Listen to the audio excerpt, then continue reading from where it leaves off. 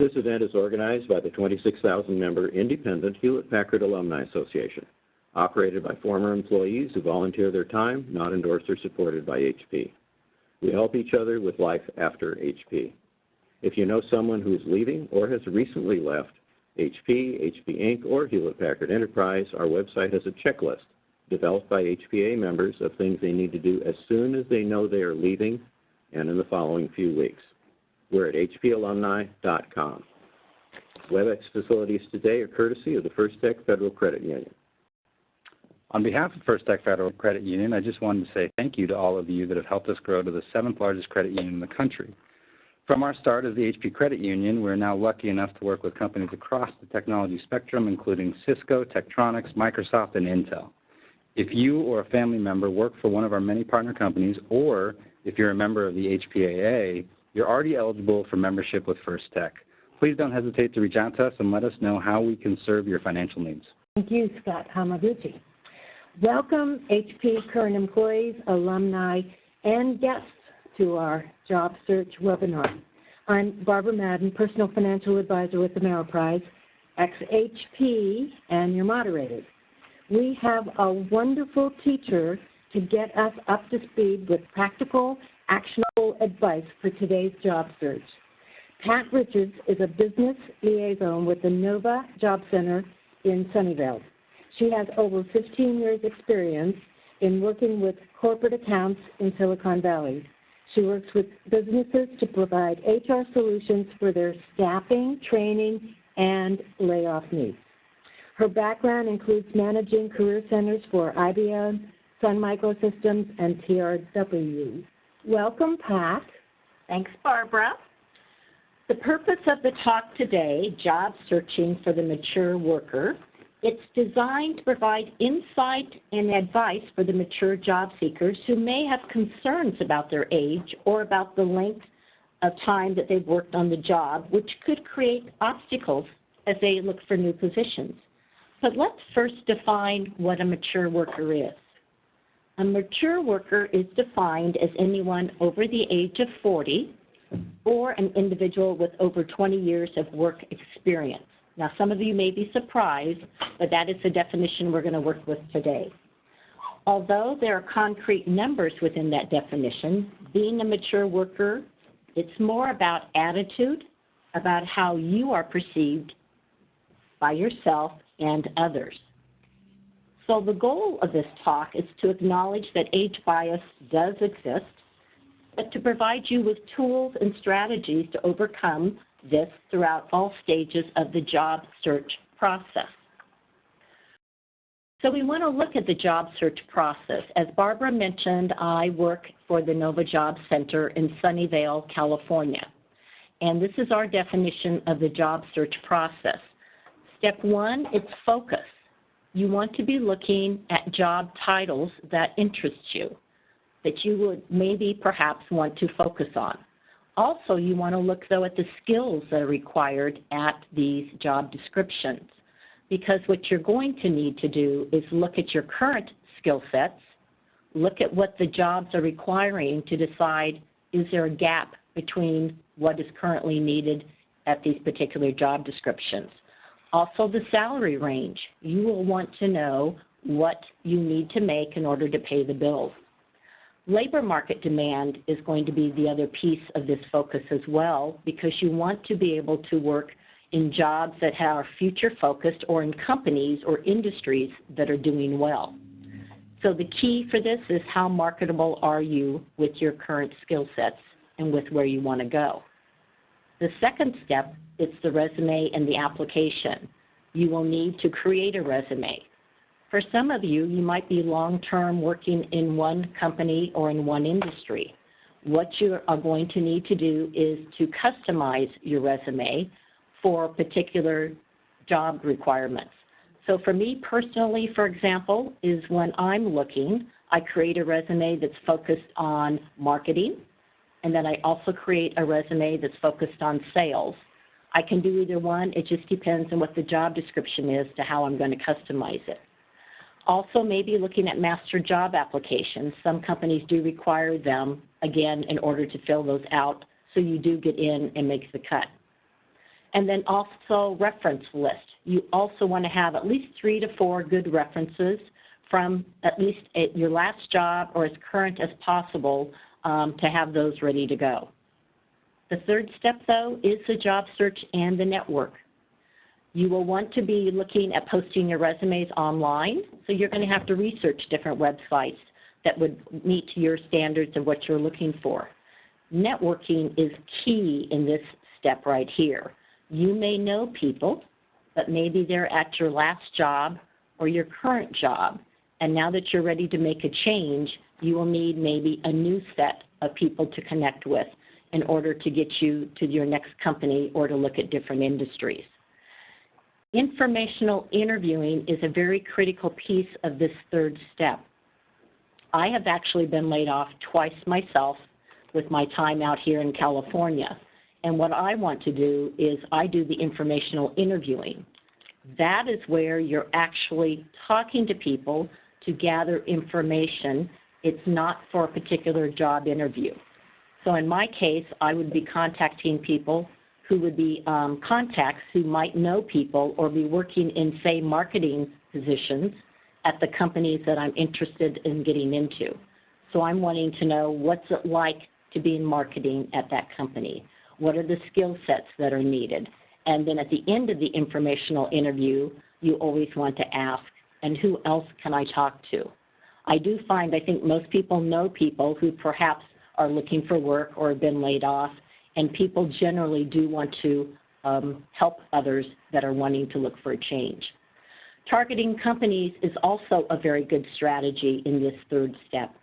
You'd make a list of maybe your top 5 or 10 companies, and then what you're going to do is spend time to make connections at those companies to find people who know people who work at those companies for you to do informational interviews with. The key step on this is you can be looking for work, but you actually need to apply for the jobs. That's maybe the tough part. You need to customize your resume. You need to do a cover letter. You need to submit it in. And in a lot of cases, you may not hear the status of that job. That's what I think gets frustrating for people. Another strategy is to attend job fairs. The point of that is to actually meet and connect with recruiters. Make a contact at the companies that you're interested in getting into. That's a key step here. The fourth step, interviewing. You need to know, you need to show and demonstrate what you have to offer to a company. You need to be able to be prepared for those tough interviewing questions. Hopefully you will have thought of those ahead of time, and when someone asks you a question, you don't sit there with the deer in the headlight look. You also want to know is, why should this employer hire me? You need to demonstrate and show the value add in the interviewing process, or maybe it's even in a phone screen. A lot of companies today in Silicon Valley here are screening people by the phone first step. If you pass the phone screen, then you actually get in for an interview. That interview could be one-on-one, but a lot of times it could be a panel interview. You could be meeting with 3 to 5 people at one time, or maybe throughout the day. The other important part on this is the negotiating, is really being able to know what the salary ranges are, and that's doing part of your research. Salary.com is a good website that might help you in knowing what the salary range is. Ideally, talking to people within the company that might have a really good idea of what the salary range is. And to learn collaborative phrases. So you might be getting an offer, and maybe it's a little lower than what you really think you're able to bring to the table. In that case, you might be able to negotiate perhaps, say, a 2-month review, but with some money attached to it in order to kind of bring you up to that level that you want to do. Well, now that we've discussed the job search process, let's look at the presentation overview. So this presentation is designed to provide insight and advice for mature job seekers who may have concerns that their age and or the length of their job experience may create obstacles as they search for a new position. But let's ask ourselves some questions at this point. What might be some concerns regarding being a mature worker? Is it being stereotyped? Is that a concern? Maybe my education or experience is outdated. How do I feel about working with people half my age? What about a younger boss or a manager? Are the recruiters looking for a younger candidate? The reality is, the age we cannot change. It is what it is. For example, I've got a son in his early 20s, and he's facing the challenge of not having enough work experience. So regardless of your age, all of us have to just decide what do we need to do in order to look at the work we want to do. Another question we can ask ourselves is, what are obstacles of being a mature worker? Do I feel overqualified? Do I feel less energetic? Do I need to come up to speed with new technology? Or do I have outdated ideas and I'm not as fresh as I need to be? But lastly, let's look at what are the benefits of being a mature worker. Do I have more experience to bring? Am I more focused? I do have more work history, and I probably know how to deal with stress. I'm a better communicator. Leadership by example. I have more experience doing the office politics. I'm a better problem solver, and I could stay in the position longer. So, as I mentioned before, age is an attitude. Age leads to behavior. You need to build confidence in yourself and in your skill sets. Again, the benefits of being a mature worker: wisdom, overcoming challenges, handling adversity, customer service, and the team-building experience that I bring. That's the advantages of the experience and how to present to myself. So when I go into an interview, how do I dress? How do I walk into the room? How do I act my age? Am I walking in slowly, bent over, like I've got the weight of the world on me? Or do I walk in with a quick step, a strong handshake, and a good eye contact to that hiring manager? Age is a number. My parents in Kansas lived to be 90 and 91. They were very young at heart. I plan to stay active and not retire, and I plan to perhaps have a long work life ahead of me. What we have to say, though, is the workplace has changed. The world of work is not changing. It has changed. It will never return to what it once was. If you want to continue to work, you will need a new strategy in your maturity. You must play by new rules in a different game. The quote is by Carleen McKay. She's the author of Ageless in America, which is a good book I will recommend. She also blogs Voice of the Mature Workforce as well. So what has changed? Lots has changed in the world of work. Globalization. There's more work teams. There's projects in different countries. You might be working with a remote manager. There's more virtual teams. Technology. Lots has changed with technology. There's video conferencing. There's sharing Google Docs. Employees are ending up doing more work, but with more technology. Lots of changes on that. Working hours and conditions. There's a lot more remote working from home, not going into the office as much. A lot of flexibility in the work hours, and a lot 24/7 options to work too. The pay, again, pay rates are different, and what are the benefits? A lot of that has changed in the world of work. Contract work, this is a huge change. More companies are hiring more people just on a contract basis, and a lot of companies are using staffing agencies in order to get project work done. They're not hiring full-time or part-time employees because of the cost with the benefit rate in there as well. We've got a question here, and it's kind of on the topic that you were talking about. Okay. So I thought just interject this time, but we'll go back to where you were. Mm-hmm. So what are the 3 best ways to locate people, like hiring managers at companies you're interested to gain to gain those informational interviews? Okay.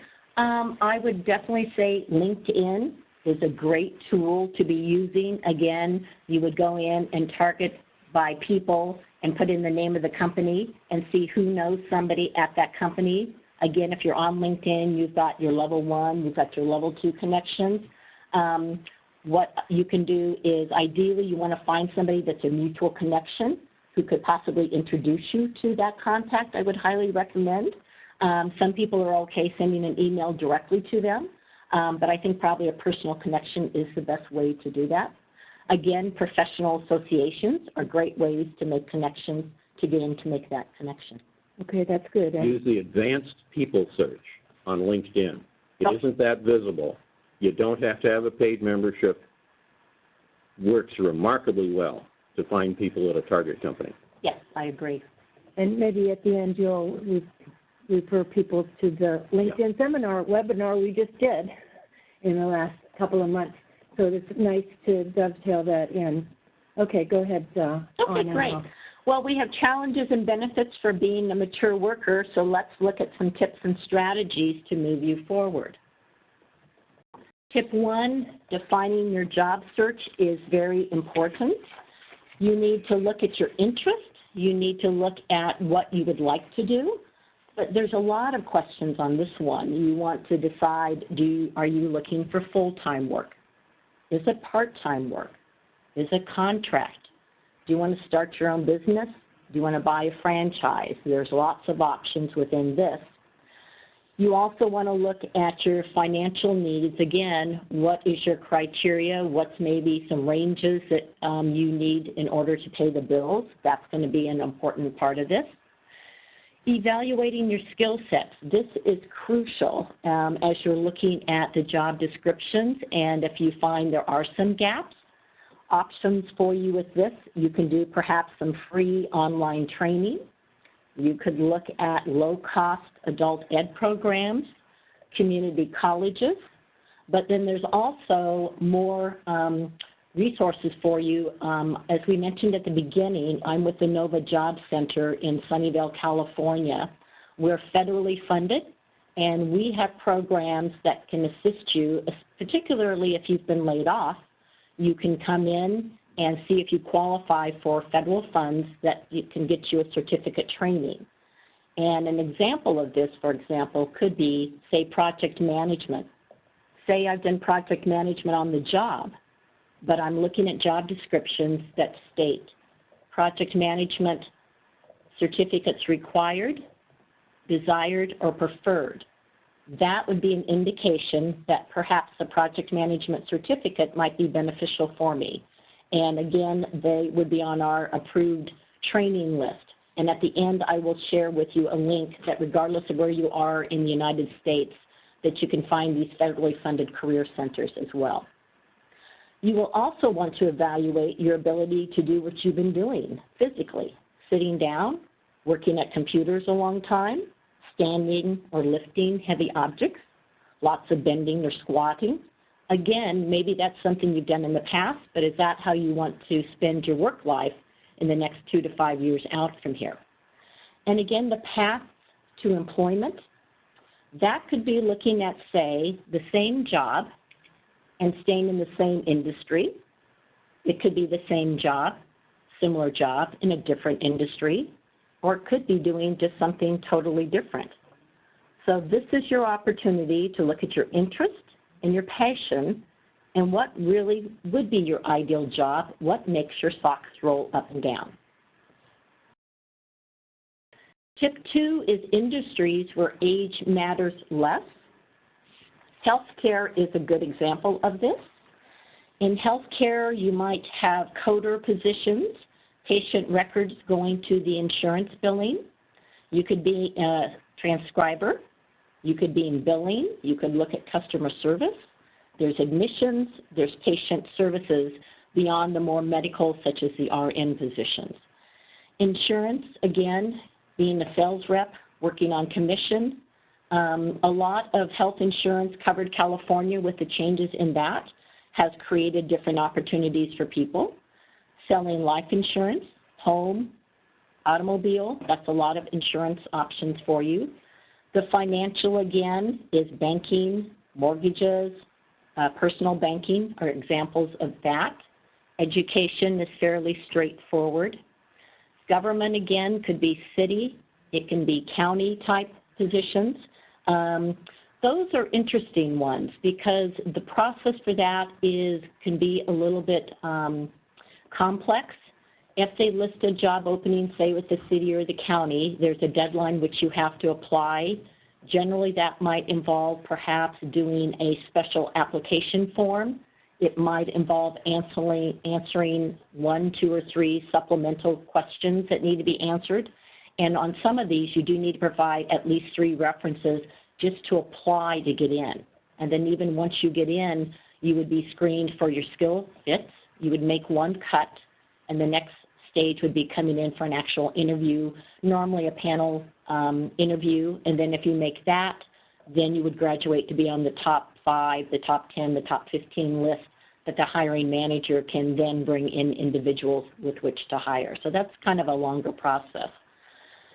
Professional services would be jobs that require special training. So again, that could be architects, engineers, doctors, lawyers.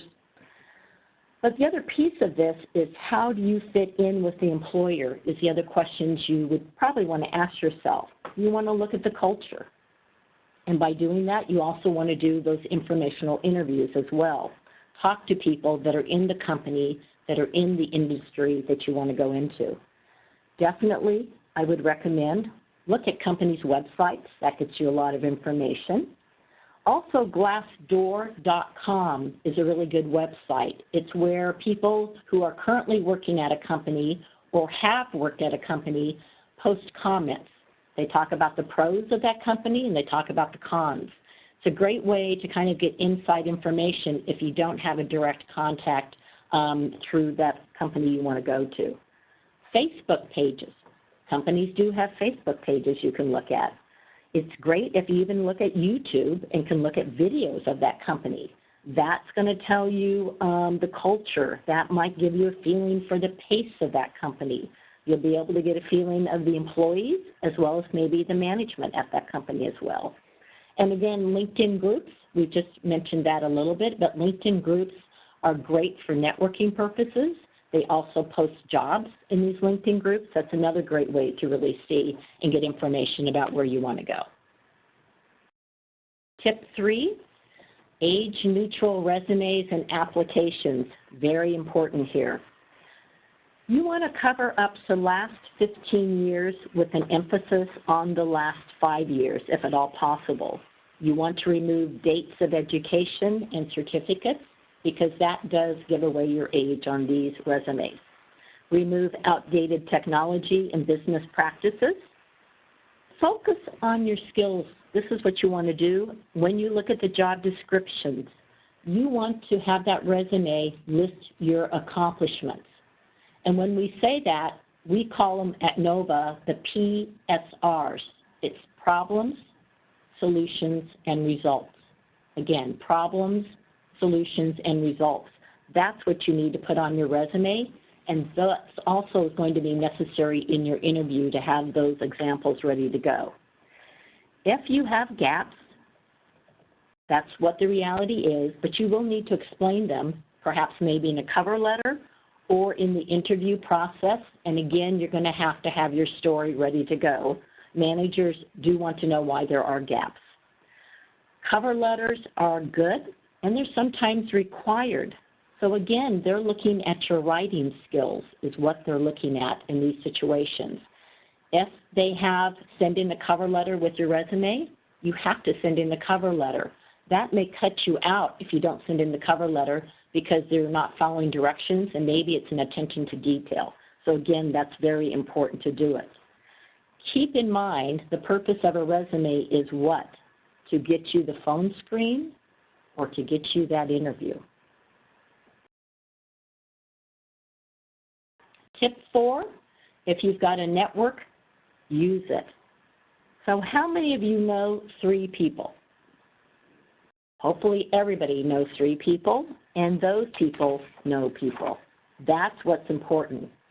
What you want to do at this stage is make a list of the people you know and that can be helpful for you in your job search. So you may know people, but if they don't really have contacts for you, then this would not be the right list of people. So make a list of the people who can be helpful to you. And you want to make contact, and you want to ask for assistance. And again, at NOVA, we have an acronym we use. It's AIR, A-I-R. It's advice, it's information, it's referrals. So again, as you make your list of contact with people, you would want to mark who are you going to go to for advice, who do you want to tap for information, and then again, who might be a good referral. So keep AIR in mind. And then also, you may need to build your network. Some of you might have a really good network, you just need to use it at this point. But you might have worked at a company, you might be in an industry that again is outdated, so you're going to need new contacts. Again, this is where LinkedIn is great.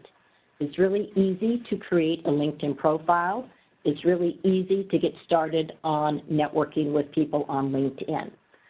There's also professional associations. That's another good way that if you're targeted, you can get in and make good connections, as well as there's also meetup groups. And again, you can just Google meetup groups in your geographic location.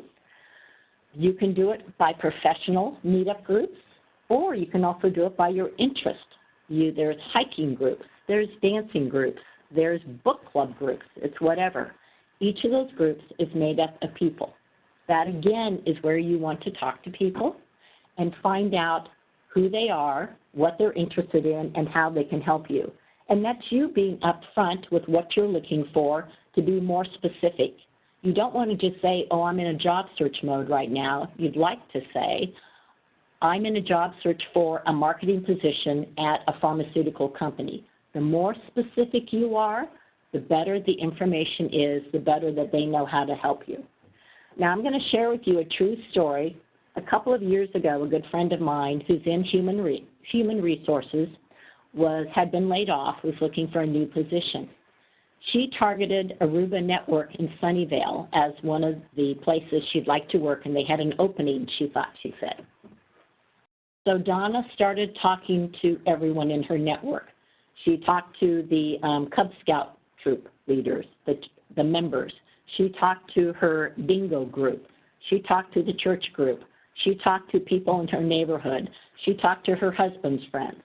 Well, lo and behold, what's interesting is a neighbor a couple of doors down did know somebody who was actually on the board of directors at this company.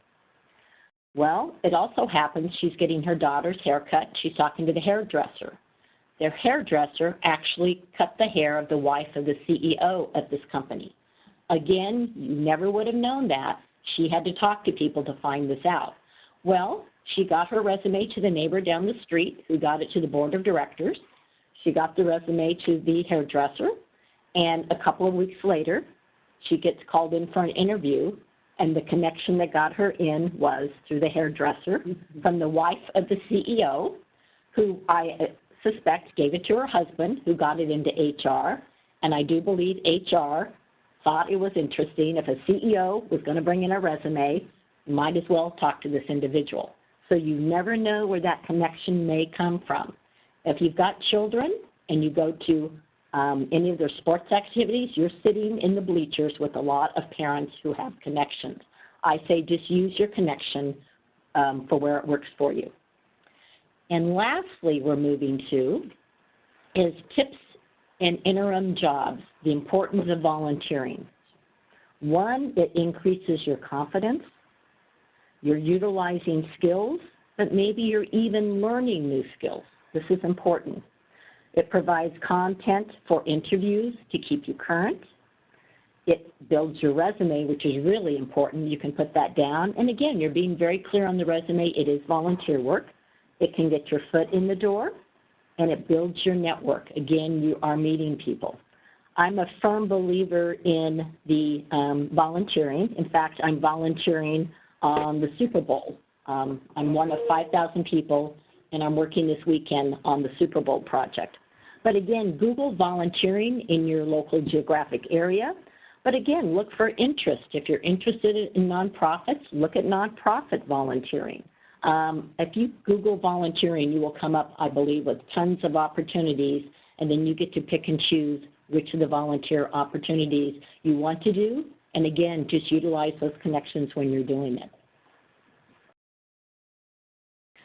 The next steps near the end are, as we've explained, you want to develop your job search plan. You need to know what you're looking for in order to be looking at the resumes, in order to be creating that customized resume, to be focused on the jobs. You need to know where you're going in order to do those informational interviews, to talk to people, to help you get more information so you're making a good career decision or changing jobs. And that's part of defining the industries and companies to target. That, again, gives you direction in order to do your labor market research, in order to target individuals within companies, in order to do your informational interviews, to, again, look at the jobs that you're interested in. Thirdly, you really do want to prepare for the challenging interview questions, and that's, again, where these federally funded career centers can work with you on doing that. They've got great workshops in that area. But again, that goes back to what I mentioned previously. The PSRs, the problem, solution, results, are very crucial to have those well thought through for the interview. So you really are coming across very smooth in those interviews. So the websites at the end here are listed. The www.novaworks.org is my organization that's located in Sunnyvale, California. For example, we have 26 workshops that we offer. It's everything from career exploration. It is how to write a resume.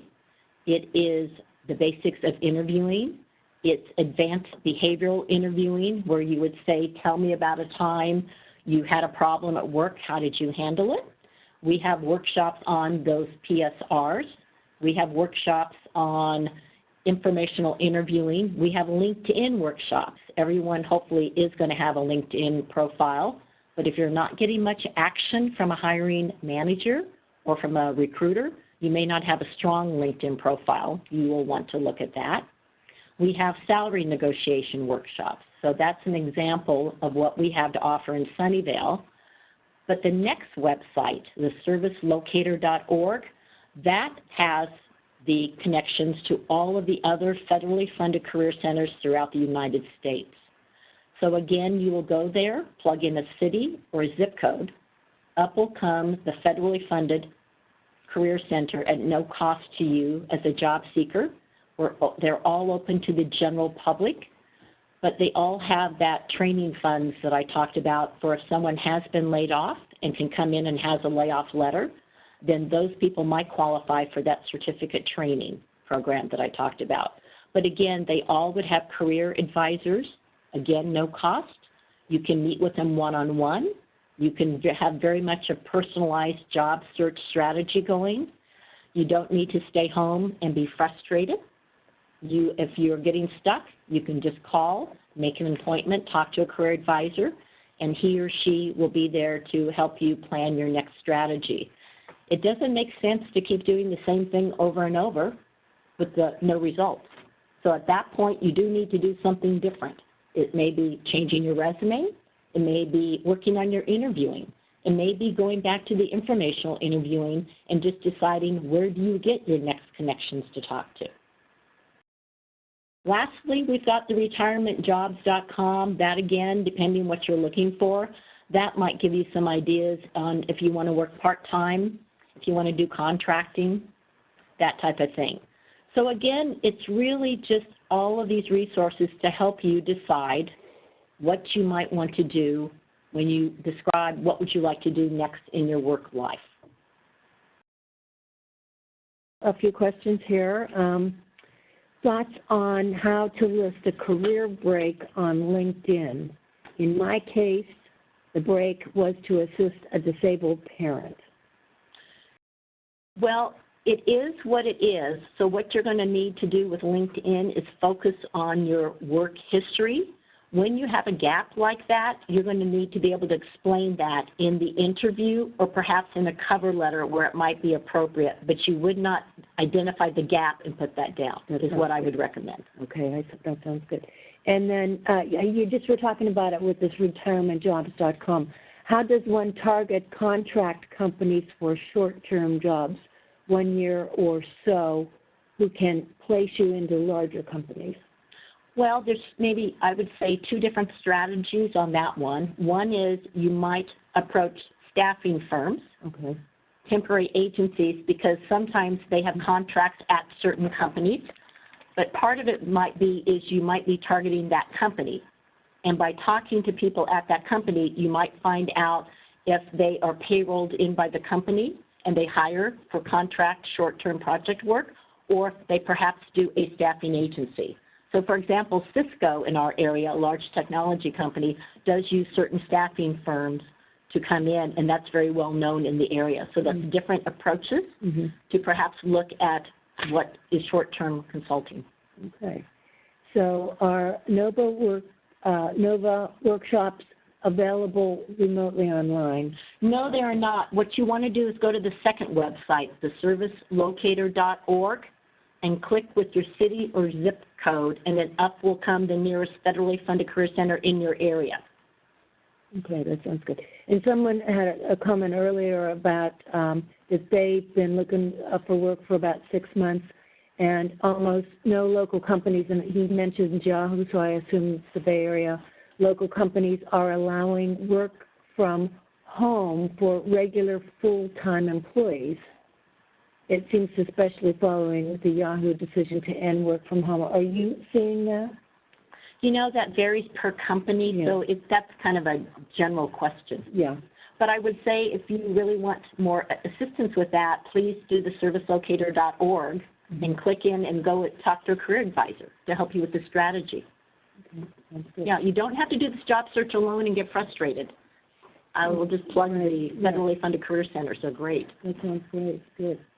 Yes, from the audience. I did have a question. When might you consider more formal education, like a continuing a degree or finishing a degree that you hadn't done before, versus some sort of certificate program? I think that's going to depend on what type of work you're looking to do, and then what you're seeing in the job descriptions. Is it a case where it is a more advanced degree you think is going to be required? No, it's a case of perhaps they might be filtering me out because I don't have a 4-year degree. Okay, well then in that case, it's completing the 4-year degree. I would say again, I would talk to people in the companies or industries you're interested in and see what the feedback is since you don't have a formal 4-year degree. Is that an obstacle or not? One engineer I worked with bluntly sat down, looked at all the programs at all the local colleges, the units he'd already accumulated, and figured out the simplest, quickest bachelor's degree he could get in anything. It turned out it was math for him. I know another guy who refers to his master's degree as his retread certificate, because technology changed a lot. I would say the other thing I might add, though, depending what you're interested in, though, if you have some latest hot skill set, that might trump having that college degree in some cases, is the other thing. Scrum is very hot right now, and if you have a certificate in Scrum, that is really desirable, for example, at Apple. So again, that's the other thing in talking to people is say, is there some skill set that is hot that perhaps you might be able to go that direction versus the degree? There are also a lot of things you can do on your own now because of the Internet that you couldn't do before. And hardware engineer, for example, get involved with the maker movement. There's a whole half an aisle now at Fry's of build your own microcontroller type stuff. For a software engineer, you can get an Amazon cloud account for peanuts. And all the documentation is online on Amazon. There's even an Amazon Cloud for Dummies book. I mean, the whole structure is there for peanuts to say, are you interested in it? Can you, obviously you're not going to become an expert, but you figure out, is this something that intrigues me? Get started in it. If you're in marketing, play with Google AdWords. Google AdWords allows you to experiment with, what people are searching for. And, for $5, you can play with Google AdWords and understand how marketing has changed so much since your experience. A couple of other things members have done. One member realized his technology was out of date. He joined a startup. He didn't think the startup was going to succeed, and it didn't, but it essentially was a de facto scholarship, in this case to learn embedded systems, which he then used to get a job at Lockheed. So it went on his resume, he got the experience, and didn't get all emotionally hung up or financially hung up about the startup. And yes, I want to reemphasize the volunteering. It's a wonderful opportunity to learn new skills and also get you out of the molecule. I realized that almost everybody I knew was former or current HP. You're very narrow. So your church, community, anything that gets you out of that. Marty Nemko is a career counselor. He's been doing this for 30-some years, and he has a program every Sunday morning, 11 o'clock a.m. Pacific time, and he does career makeovers. I've actually been on a panel presentation. He's a character and a half. He's a character and a half. He absolutely is. I just checked, and you can listen online. And he's archived. Something like that gets you thinking. Run into and working with the ex-HPers is people are obsessed with getting their old job back.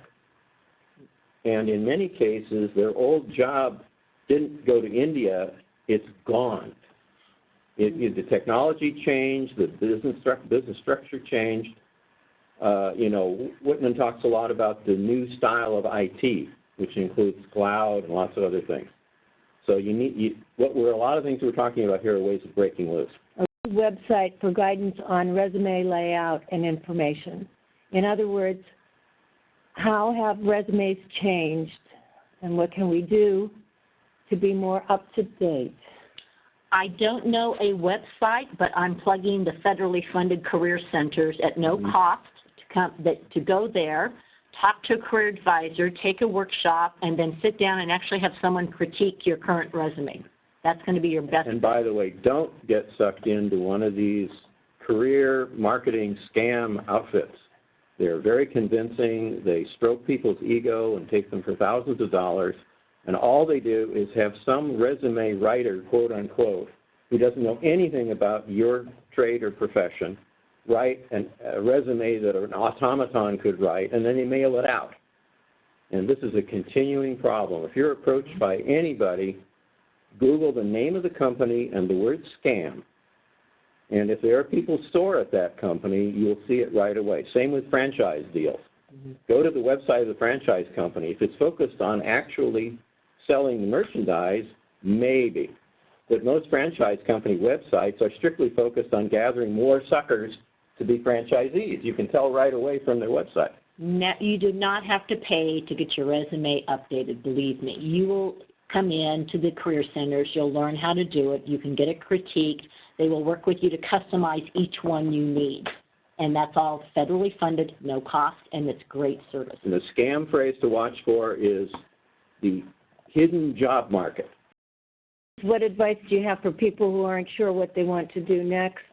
How should you go about narrowing your focus? And I'm going to point them to Marty Nemko. Listen to some of those archived programs. I found was helpful in thinking about my retirement was a book by former HPer named Jim Collins, New York Times bestseller, called Good to Great. Now, the book is for companies. If you sit down and think about yourself as an enterprise, which you are, and he talks about trying to figure out who you really are, what you're good at, it's a more sophisticated version of What Color is Your Parachute, which also, the first part of that book is very helpful. But the first part of What Color is Your Parachute is actually very helpful in figuring out who you are. I will also add, just think back of your work history or your volunteering. What have you really enjoyed doing? What skill sets do you really like doing? I mean, for me, I'm very people-oriented. I can do Excel, I can do spreadsheets, but I do not want to be in a cubicle crunching numbers all day long. That would never fit for my personality type. I'm too much of an extrovert. So again, look back on your past history, work history, and what did you really enjoy doing? That will give you some ideas. Also, though, just sit down and dream or create a list. What's your fantasy ideal job? Just go for it. What would you maybe really like to do with no holds bars, no reality check? And then in between there are probably some answers. But again, career advisors at the federally funded career centers, we have career exploration workshops for people who are ready for a new chapter or, like you, multi-talented, a lot of interest. It is hard to maybe decide what you want to do. And then someone's asking about what project management certificate is. Yeah, there's a whole mechanism, project management. There are local chapters. They run courses. PMP certifications are starting to become fairly common. I'm a little worried about if that's enough of a differentiator anymore. I don't know. It just seems popping up a lot. There might even be project management meetup groups, for example, or professional associations as well to look. Yeah, there are local chapters. Yeah, exactly. Yeah. So that's another way to network, to do informational interviews, to find out what it takes to do that. But the net catch, though, you're networking with a whole bunch of people competing for the same role. Well, maybe it's a question of, do I want the certificate? I don't know kind of what's behind the question, but that will kind of let you know what types of jobs are in.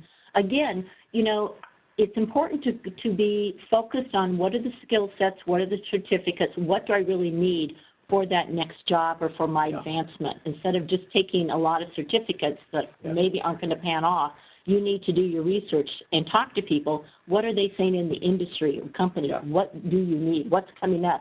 It's trying to stay current with the technology that you mentioned. That's the challenge. Important point, though, you want your LinkedIn profile should be matching your resume because they may go both places for that. The other point on this, too, is companies will even look at your Facebook pages. Just be aware when you're out there, companies can find information out on you. So just Google your own name. If your name is at all unusual, it's interesting. And if you include your name plus HP, all kinds of goofy stuff comes up. I'm astounded at LinkedIn profiles which are merely an autobiography. They don't have accomplishments and challenges, and some people even manage to misspell the word Hewlett. Have somebody look at your LinkedIn profile and make sure it doesn't have some dumb error. Well, that's very important on your resume as well. Yeah, but people forget about the LinkedIn. That's what I think is odd.